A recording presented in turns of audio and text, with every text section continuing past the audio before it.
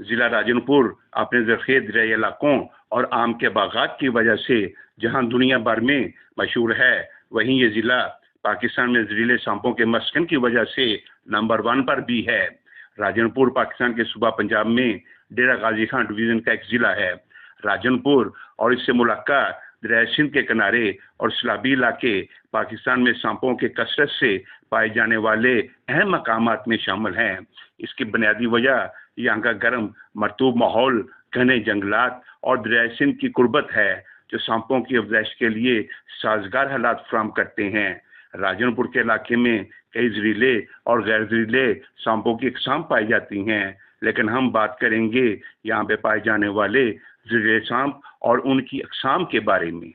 راجنپور میں پائے جانے والے اہم ترین سانپوں میں نمبر 1 پر ہے سنگ چور۔ یہ انتہائی زہریلا ہوتا ہے اور اسے پاکستان کے بگ 4 زہریلے سانپوں میں شمار کیا جاتا ہے۔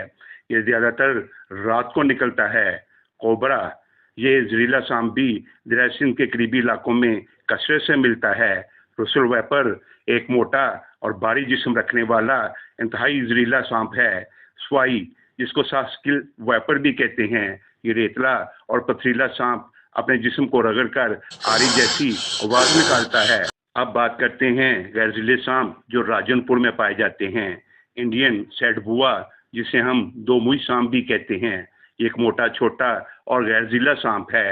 اس کی دم بالکل سر جیسی لگتی ہے۔ کامن ریڈ سنیک، جسے ہم چوہے مار سانپ بھی کہتے ہیں، چوہوں کا شکار کرنے والا یہ لمبا سانپ عام کھیتوں اور باغات میں پایا جاتا ہے۔ چکدر کیبلک، یہ پانی کے نزدیک یا ندی نالوں میں پائے جانے والا غیر زہریلا سانپ ہے۔ ان کے علاوہ پانی والے سانپ یعنی واٹر سنیک اور ازدے کی چھوٹی قسم جسے انڈین راک پینتھر یا ایشین راک پینتھر بھی کہتے ہیں پائے جاتے ہیں۔ یہ بھی غیر زہریلے سانپ ہوتے ہیں۔